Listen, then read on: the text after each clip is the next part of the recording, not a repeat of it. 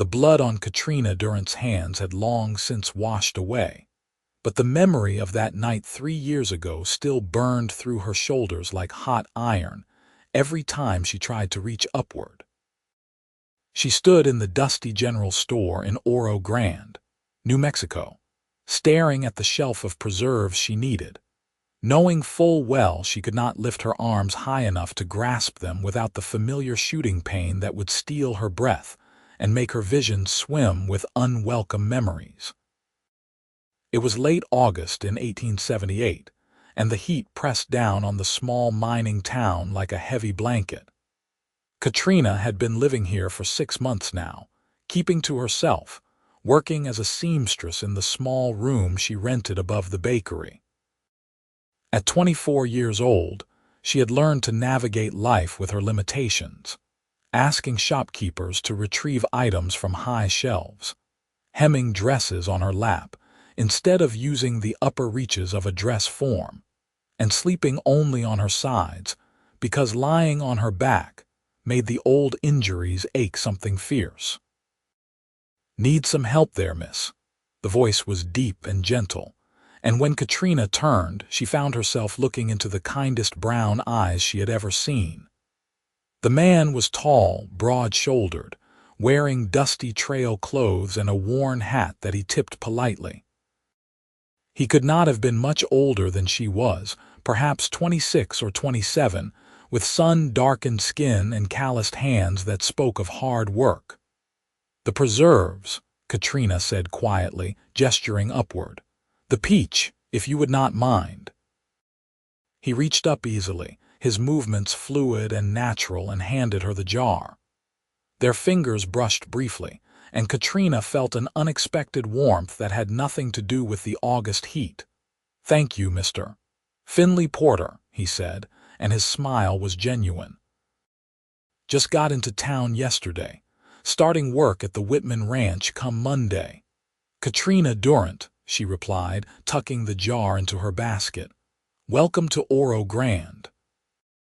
She expected him to tip his hat and move on, but instead, he walked alongside her as she made her way through the store, collecting the few other items she needed. When she paused before another high shelf, he was there without her having to ask, reaching for the flour she required. There was something different about his help, though. He did not make a show of it, did not draw attention to her inability to reach things herself.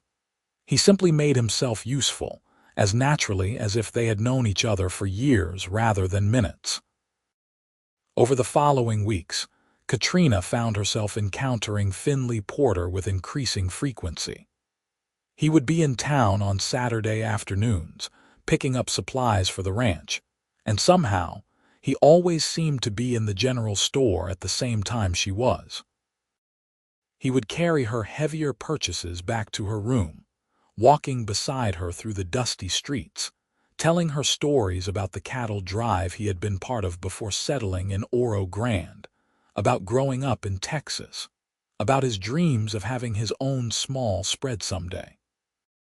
Katrina listened, offering little about herself, but finding unexpected comfort in his steady presence.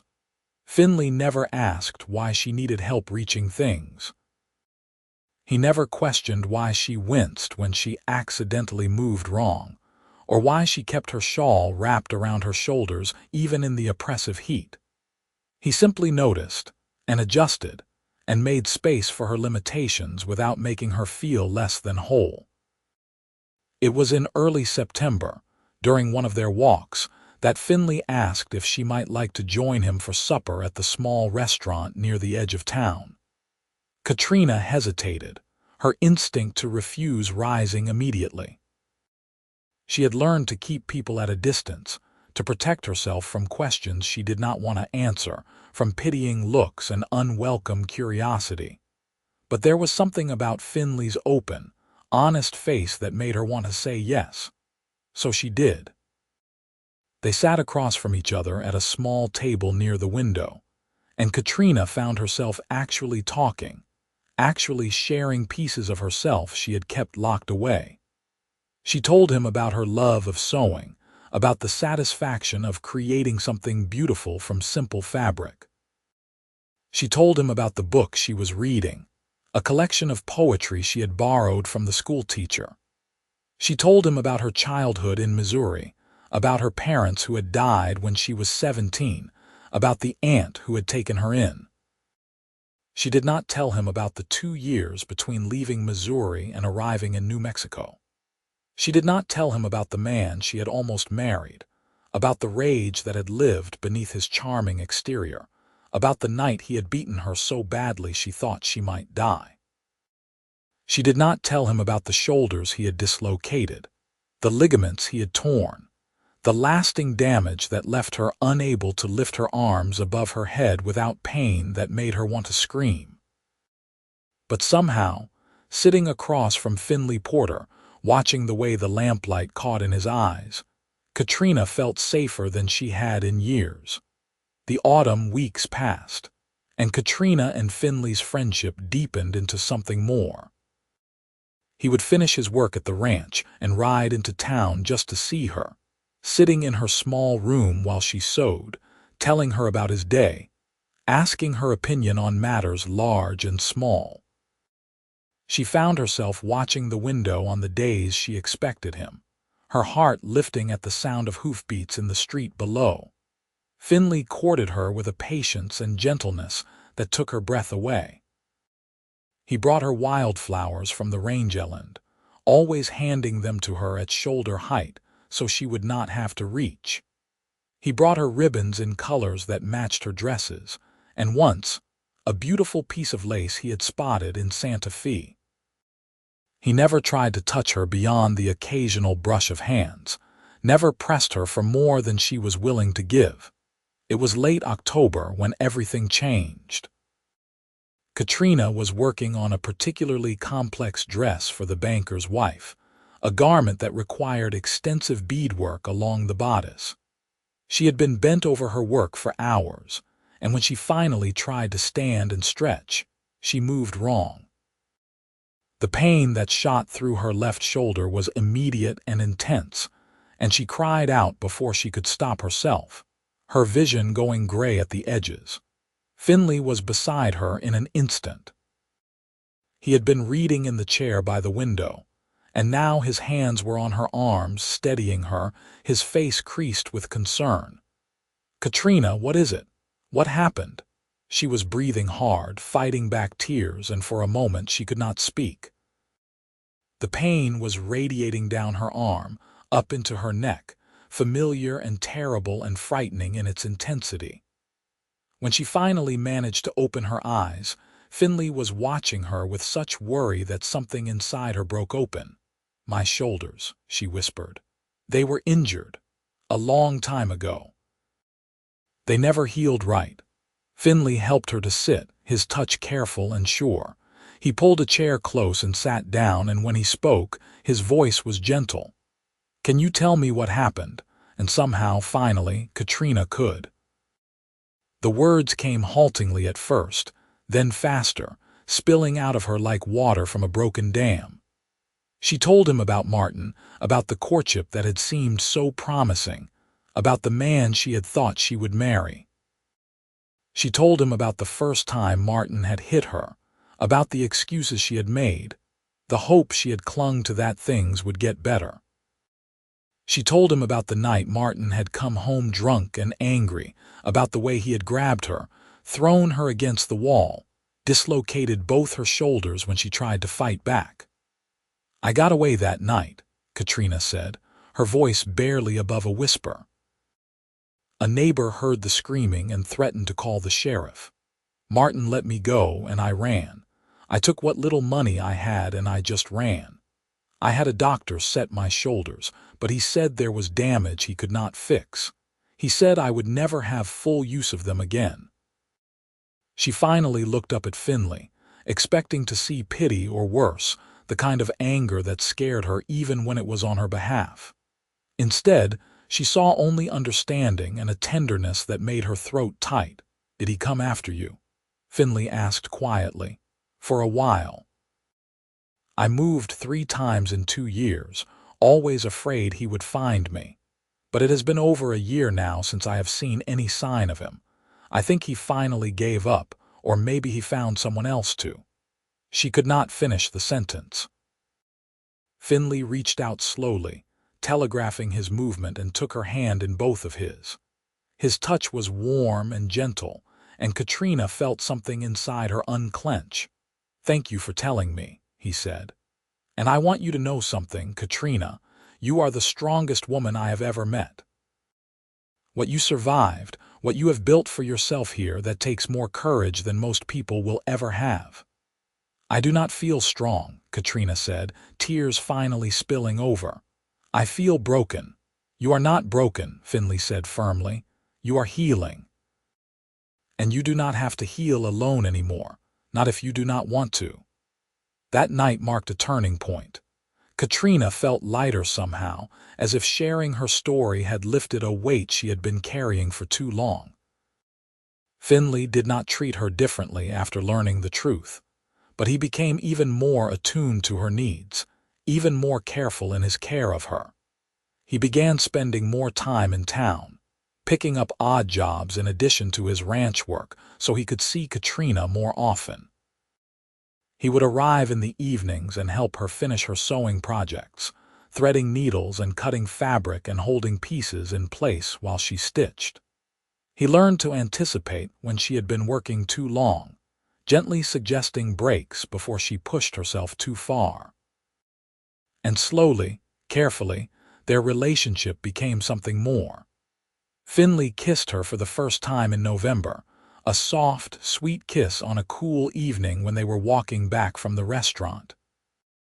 Katrina had been nervous, unsure if she could bear to be touched with anything resembling passion, afraid the old fears would rise up and choke her. But Finley's kiss was nothing like Martin's had been.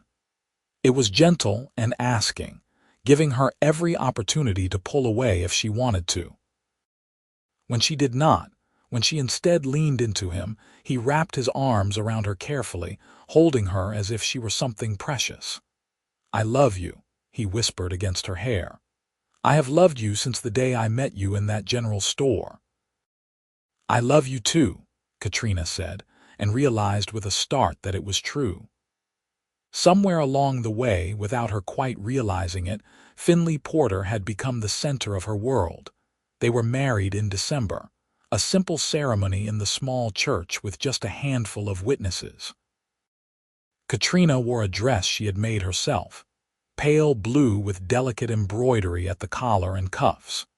Finley wore his best clothes and could not stop smiling, and when he slipped the ring on her finger, Katrina felt a sense of rightness she had never experienced before.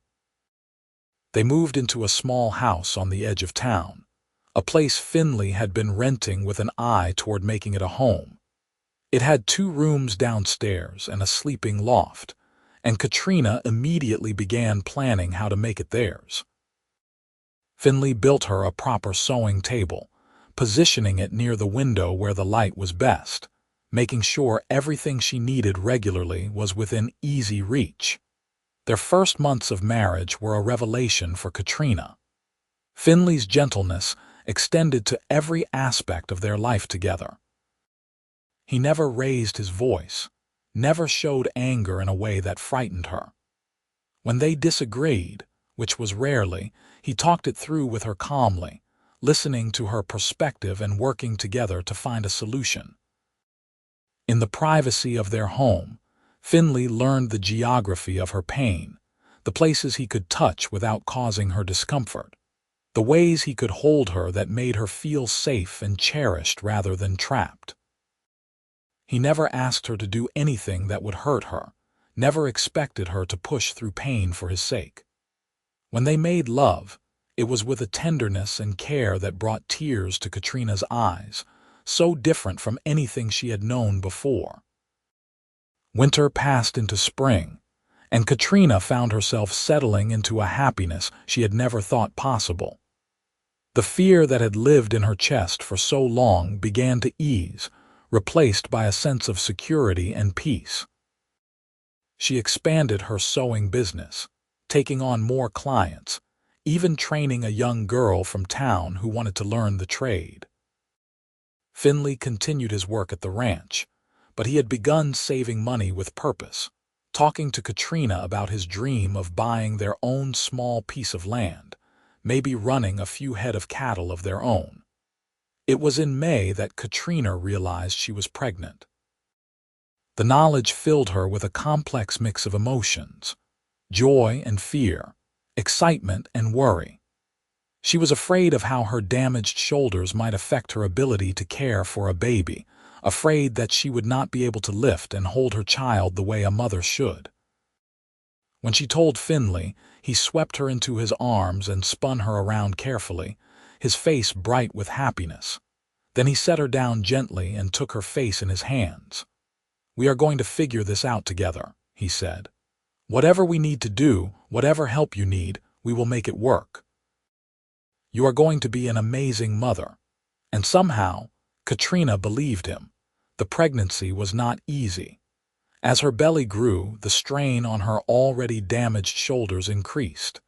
Simple tasks became harder, and there were days when the pain was intense enough to make her weep with frustration.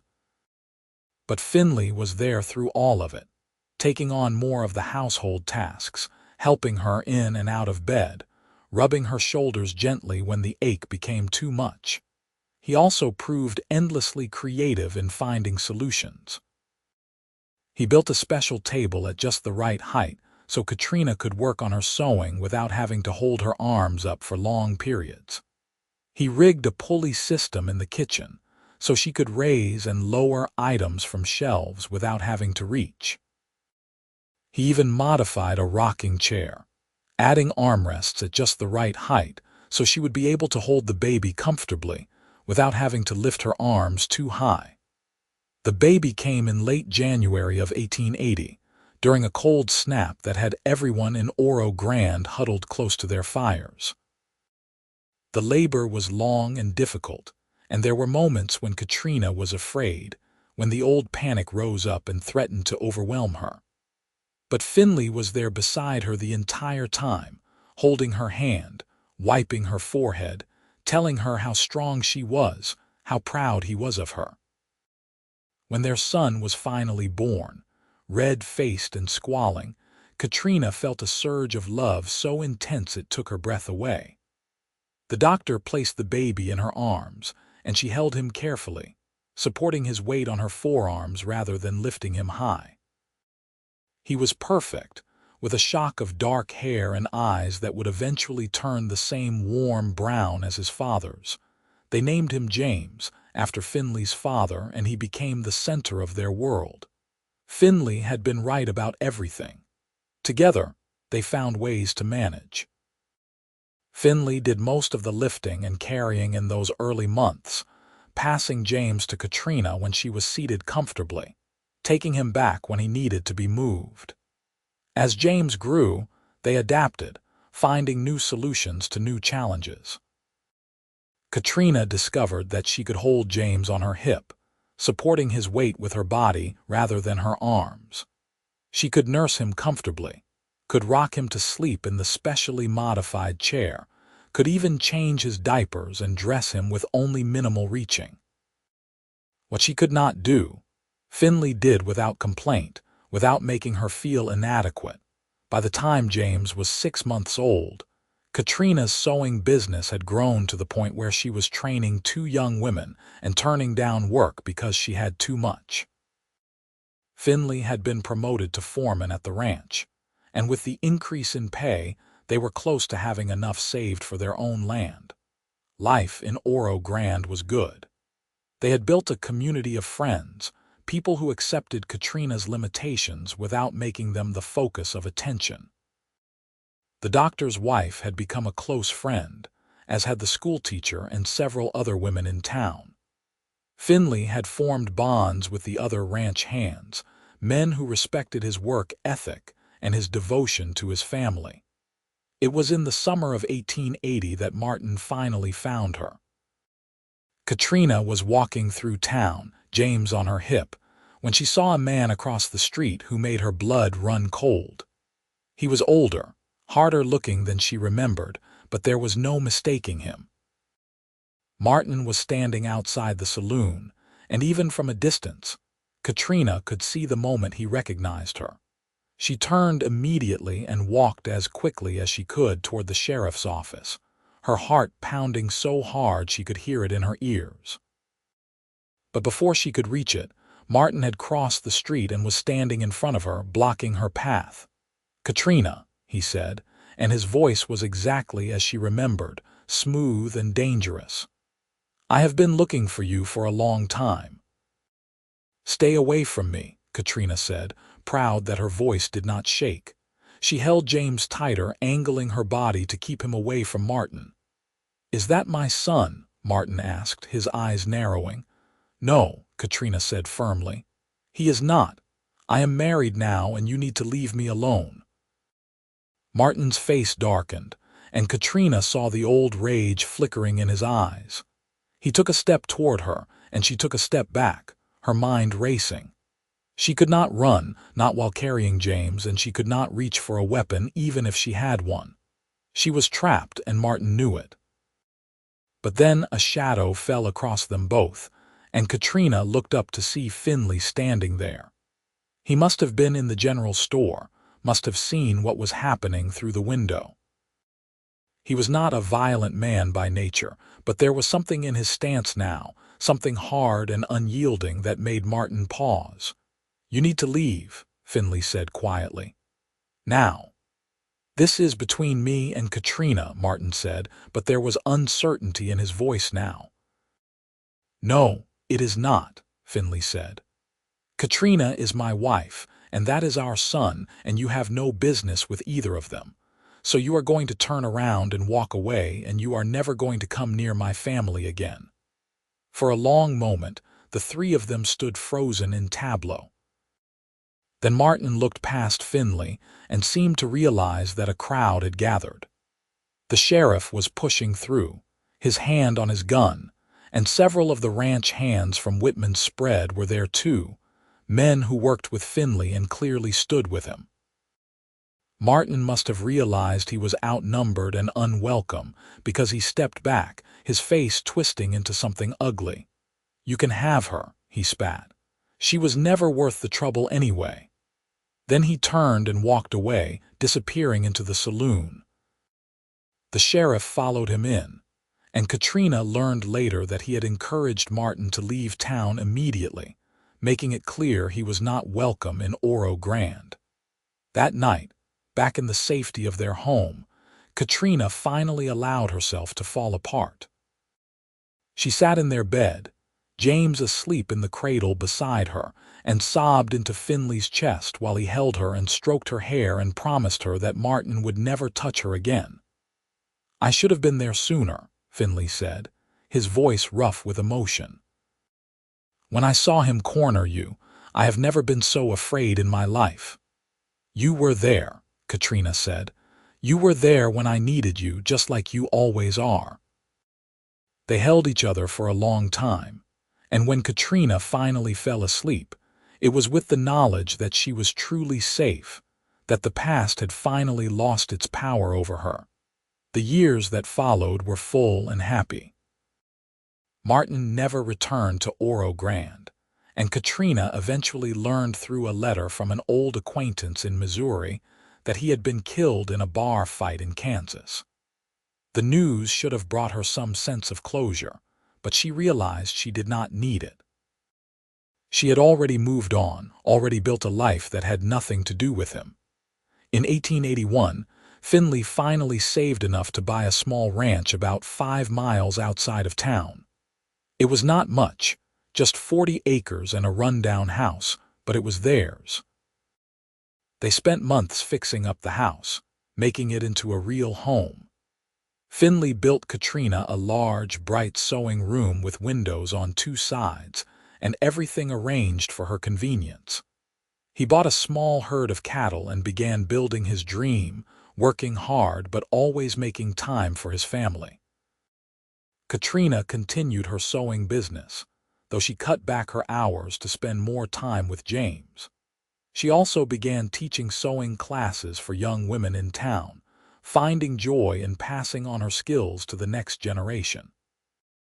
The extra income helped, and she liked the work, liked seeing her students grow in confidence and ability. James grew into a bright, energetic boy who adored his father and doted on his mother. He learned early to be helpful, to fetch things for his mother that were out of her reach, to help with small tasks around the house. But he never seemed to see her limitations as weaknesses, just as facts of life that required creative solutions. In 1883, Katrina gave birth to their second child, a daughter they named Margaret after Katrina's mother. The birth was easier than James's had been, and Katrina recovered quickly. Margaret was a calm, sweet-natured baby who seemed content to be held and rocked for hours. And Katrina found that caring for two children was actually easier than she had feared, especially with James eager to be a helpful big brother. The ranch prospered under Finley's careful management. He proved to have a gift for working with cattle, for knowing when to buy and sell, for managing the land in a way that kept it productive. By 1885, they had expanded their herd and bought an additional 20 acres. They hired a young cowhand to help with the work, giving Finley more time to spend with his growing family. Life settled into a comfortable rhythm. Finley would rise early to handle the ranch work, coming in for a midday meal with the family, then working until evening. Katrina would sew in the mornings while the children played nearby, then spend afternoons teaching them letters and numbers, reading to them, taking them on walks around the property. In the evenings, they would all gather around the table for supper, sharing stories about their day, making plans for the future. There were hard times, of course. A drought in 1886 that made money tight and worry constant. A winter illness that swept through the family, leaving them all weak and exhausted. The normal struggles of raising children, of managing a business and a ranch, of making a life in a harsh and sometimes unforgiving land. But through it all, the love between Katrina and Finley never wavered. If anything, it grew stronger with each passing year, deepened by shared struggles and triumphs, by the life they had built together. They had learned to work as a team, to anticipate each other's needs, to support each other through good times and bad. Katrina's shoulders never healed. There were still days when the pain was intense, when she could barely move without wincing. There were still limitations she had to work around, accommodations she needed to make. But she had learned that those limitations did not define her, did not make her less than whole. She had learned that strength came in many forms, and that sometimes the greatest courage was in accepting help, in being vulnerable, in trusting someone else to support you when you could not stand alone. And Finley had never once asked her to be anything other than who she was. He had never asked her to lift her arms above her head, never expected her to push through pain, never made her feel inadequate for the things she could not do. Instead, he had simply loved her, completely and without reservation, finding ways to make their life work that honored both her limitations and her strengths.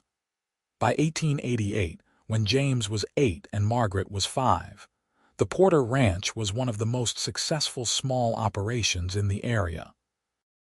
They had built a solid reputation for quality cattle and fair dealing, and Finley was often consulted by other ranchers for advice. Katrina's sewing business had evolved into more of a teaching operation, with several young women who had trained under her now running their own businesses in surrounding towns.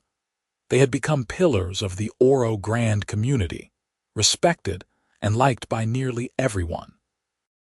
Their home was known for its hospitality, their table always open to friends and neighbors. Katrina had overcome her instinct to isolate herself, to keep people at a distance, and had discovered the joy of being part of a community, of having friends who cared about her, and a place where she truly belonged. One evening in late summer, after the children had been tucked into bed, Katrina and Finley sat together on the porch, watching the sun set over their land. The air was cooling after the heat of the day, and the cicadas were singing their evening song. Finley had his arm around Katrina's shoulders, holding her gently against his side, and she felt a contentment so deep it was almost overwhelming. "You ever think about how different things might have been?" Katrina asked quietly. "If we had never met that day in the general store?" Finley was quiet for a moment, then shook his head. "I do not think I could have missed you," he said. "I think somehow, some way we would have found each other. We were meant to be together." Katrina turned to look at him, at the face that had become as familiar to her as her own, at the eyes that still looked at her with the same love and tenderness they had held on that first day. "I never thought I could be this happy," she said. "After everything that happened, I thought I would spend my life alone, afraid. But you showed me that I could trust again, that I could love again. You gave me everything I never knew I needed." Finley kissed her gently, his hand coming up to cup her face. "You gave me everything too," he said. "You and James and Margaret, this ranch, this life. It is more than I ever dreamed of having. You are the strongest, bravest, most beautiful woman I have ever known, and I thank God every day that I walked into that general store at exactly the right moment." They sat together as the stars began to emerge, as the night settled over their land, as the life they had built together hummed around them. Inside the house, their children slept peacefully, safe and loved. In the barn, the cattle shifted and settled. Across the rangeland, the prairie grass whispered in the evening breeze. Katrina thought about the girl she had been when she first arrived in Oro Grande, broken and afraid, unable to imagine a future beyond simple survival. She thought about the long journey that had brought her here, the pain and fear and struggle. And she thought about the man beside her, the cowboy who had noticed her wincing when she tried to reach above her head, who had helped her without question, without judgment, without ever asking her to be anything other than who she was. Life had not turned out the way she had planned. It had turned out better. She had learned that healing was not about going back to who you were before, but about becoming someone new, someone shaped by both the wounds and the love that followed. She had learned that limitations did not mean weakness, that needing help did not mean failure, that being vulnerable was actually a form of courage. Most of all, she had learned that true love was not about grand gestures or passionate declarations. It was about the small things, the daily choices, the quiet accommodations. It was about a man who learned to hand you things at shoulder height, who built furniture to suit your needs, who held you carefully and loved you fiercely, and never once made you feel less than whole. As the years continued to pass, the Porter family grew and thrived. In 1890, Katrina gave birth to their third child, another son they named Thomas. By then, James was 10 and Margaret was 7, both old enough to be genuinely excited about the new baby. James took his role as big brother seriously, always gentle and careful with Thomas, while Margaret loved to help her mother with the baby, singing to him and bringing him toys. The ranch continued to expand. Finley hired 2 more hands and built a proper bunkhouse for them. They added sheep to their operation, finding that the combination of cattle and sheep worked well on their land. Katrina's sewing room was filled with students most days of the week, and she had begun writing down her techniques and patterns, thinking about maybe publishing a book of designs someday. James showed an early aptitude for ranching, often following his father around the property, asking endless questions and eagerly taking on age-appropriate tasks.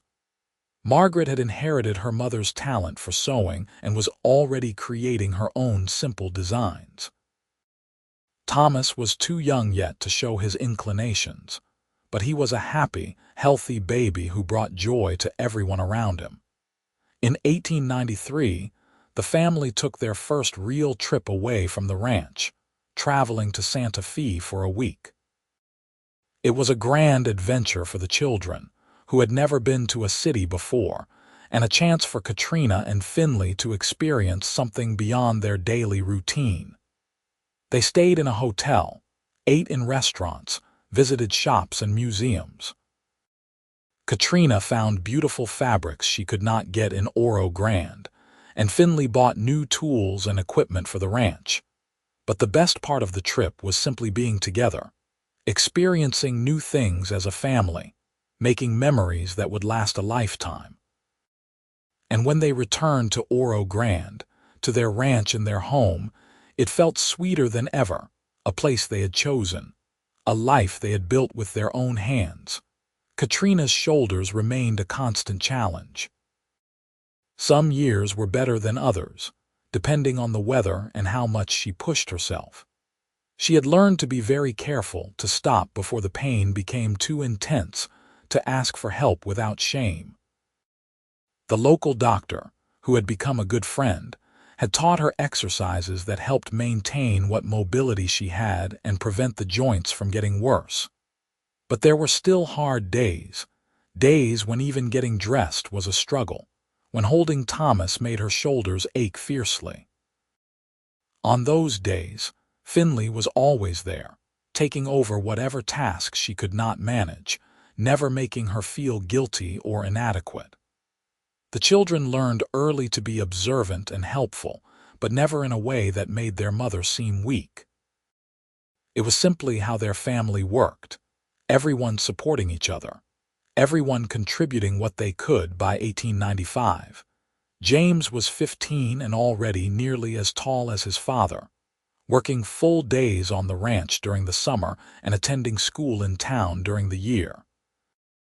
He had his father's steady temperament and his mother's creative problem-solving abilities, and it was clear he would take over the ranch someday.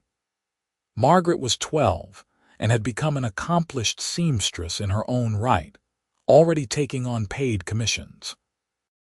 Thomas, at 5, was a whirlwind of energy who kept everyone on their toes. The ranch had grown to over 100 acres, and the Porter name was well respected throughout the territory. Finley had been asked several times to run for local office, but he always declined, saying he was happy with his life as it was and had no desire for politics. Katrina had finally completed her pattern book, and it was being published by a company in St. Louis, something that filled her with both pride and nervous excitement. They had built a good life, a full life, surrounded by family and friends and meaningful work. And through it all, the love between Katrina and Finley remained the foundation on which everything else rested. They had been married for 16 years, and Finley still looked at her like she was the most wonderful thing he had ever seen. He still found small ways to make her life easier, still noticed when she was hurting and needed help, still loved her with a steadiness and devotion that never failed to move her. On their 16th anniversary, Finley surprised Katrina with a gift he had been working on for months. He led her out to a spot on their property where a large cottonwood tree provided shade, and there, under the branches, he had built a beautiful gazebo. It was perfectly constructed, with a comfortable bench built into one side and hooks at just the right height for hanging lanterns. "I thought you might like a place to sit, and so when the house gets too hot in the summer," Finley said, watching her face anxiously. "The bench is at the right height, and I made sure there is good light but plenty of shade. And look here." He showed her a clever shelf system he had built into the structure, everything positioned so she could reach it easily without having to lift her arms too high. Katrina felt tears spring to her eyes. Even after all these years, Finley was still thinking of ways to make her life better, still noticing the small things that would bring her comfort. "It is perfect," she said, her voice thick with emotion. "You are perfect. I love you so much." They sat together in the gazebo, Finley's arm around her shoulders, and Katrina reflected on how far they had come. The scared, broken woman who had arrived in Oro Grande 17 years ago would never have believed she could be this happy, this loved, this at peace. But Finley had shown her that healing was possible, that love could be gentle and steady and true. The years continued to roll by, bringing both joys and sorrows, triumphs and challenges. In 1897, Katrina's pattern book was published and became surprisingly popular, bringing in extra income and even a bit of fame. Women from all over the Southwest wrote to her, praising her designs and asking for advice. She answered every letter personally, finding satisfaction in connecting with other women who shared her passion for sewing. James married in 1900 at the age of 20, choosing a kind, hard-working young woman named Sarah from a neighboring ranch. They built a house on the Porter property, and James took over more and more of the day-to-day ranch operations, allowing Finley to slow down a bit. Katrina loved having Sarah around, appreciating the chance to know her daughter-in-law as a friend as well as family. Margaret followed her own path, moving to Albuquerque in 1902 to open a dress shop that quickly became successful. She visited often, bringing fabrics and stories and news of the wider world. Thomas, showing neither his brother's interest in ranching nor his sister's talent for sewing, discovered a passion for horses and began training them, developing a reputation as someone who could gentle even the wildest Mustang. In 1903, James and Sarah had their first child, a daughter named Catherine after her grandmother. Becoming a grandmother filled Katrina with unexpected joy, and she spent hours holding the baby, telling her stories, making tiny clothes for her. Little Catherine was followed by 2 more grandchildren over the next few years, and the Porter Ranch became a place filled with multiple generations, with laughter and love, and the sense of continuity that comes from building something meant to last. Finley, now in his early 50s, had silver threading through his hair and lines around his eyes from years of squinting into the sun. But he was still strong and healthy, still devoted to his family, still the steady, gentle man Katrina had fallen in love with all those years ago. They had weathered everything life threw at them together, and their love had only deepened with time. On a warm evening in May of 1905, Katrina and Finley celebrated their 26th anniversary. Their children and grandchildren gathered at the ranch for a party, and as Katrina looked around at the faces of the people she loved, she felt overwhelmed with gratitude. This life, this family, this love, it was more than she had ever imagined possible. Later, when the party had ended and the guests had gone home, Katrina and Finley walked out to the gazebo he had built for her years ago. They sat together on the bench, holding hands, looking up at the stars that blazed in the New Mexico sky. "You remember that day in the general store?" Katrina asked. "When you helped me reach the preserves," Finley smiled. "I remember thinking you were the most beautiful woman I had ever seen, and I remember noticing that you could not reach the high shelf and thinking that maybe that was my chance to talk to you." "You never asked me why," Katrina said. "You never made me explain or justify my limitations. You just helped and you kept helping and you never made me feel like I was broken." "You were never broken," Finley said firmly, the same thing he had told her so many years ago. "You were healing. And I was just lucky enough to be there while you did." Katrina leaned her head against his shoulder, feeling the solid warmth of him, the steady beat of his heart. "You saved me," she said quietly. "In every way a person can be saved." "We saved each other," Finley corrected. "You gave me a reason to build something, to dream bigger, to be better. You gave me a family and a purpose and more love than I ever knew existed.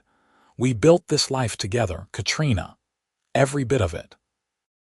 They sat in comfortable silence, watching the stars wheel overhead, listening to the sounds of the ranch settling for the night. In the house, their grandchildren slept peacefully. In the pastures, cattle and horses grazed quietly. All around them was the life they had created, the legacy they would leave behind. Katrina thought about the long journey that had brought her here, about the pain and fear and struggle, about the moment of grace when a cowboy with kind eyes had helped her reach a jar of preserves and changed her life forever. She thought about all the times Finley had noticed her wincing, had noticed her pain, and had quietly found ways to help without drawing attention to her struggles. She thought about the thousands of small kindnesses that had built their relationship, the daily choices to love and support and care for each other. The limitations that had once defined her life had become simply part of the texture of it, woven into the fabric of their days in a way that felt natural and manageable. Her shoulders would never heal completely, would never allow her to lift her arms above her head without pain. But she had learned that she did not need to. She had learned that a full life was possible even with limitations, that love could flourish even in imperfect bodies, that strength came in many forms. As the night deepened and the air cooled, Finley stood and offered Katrina his hand, helping her to her feet with the same care he had shown every day of their marriage. They walked back to the house together, his arm around her shoulders, her body tucked against his side. Two people who had found each other against all odds and built something beautiful together. Inside, they prepared for bed with the easy familiarity of long years together. Finley helped Katrina with the buttons at the back of her dress, something she still could not reach comfortably. She laid out his clothes for the next day while he checked the locks on the doors. They moved through their nighttime routine with the synchronized ease of a well-rehearsed dance. In bed, Finley pulled Katrina close, and she settled against him with a contented sigh. This was home, she thought. Not the house or the ranch or even the land, but this, the warmth of her husband's arms, the steady rhythm of his breathing, the sense of safety and love that surrounded her whenever he was near. "I love you," she whispered into the darkness. "I love you too," Finley replied, his voice soft and sure. "Always have, always will." Katrina closed her eyes, feeling peace settle over her like a blanket. Tomorrow would bring new challenges, new joys, new moments to navigate together. But tonight she was simply grateful. Grateful for the cowboy who had noticed her struggle and helped without being asked. Grateful for the man who had loved her patiently and steadily until she learned to trust again. Grateful for the life they had built, full of love and family and purpose. Outside, the New Mexico night stretched wide and clear, filled with stars and possibility. Inside, Katrina and Finley Porter slept, their hands intertwined, their hearts beating in rhythm, their love a living thing that had grown and strengthened over the years, a love that had weathered every storm and emerged more beautiful for it. Their story was not about grand adventures or dramatic rescues. It was about something quieter and deeper and more lasting. It was about noticing someone's pain and choosing to help. It was about building a life together, one small kindness at a time. It was about love that showed up every day, steady and sure, asking nothing except the chance to care. And in the end, that was everything.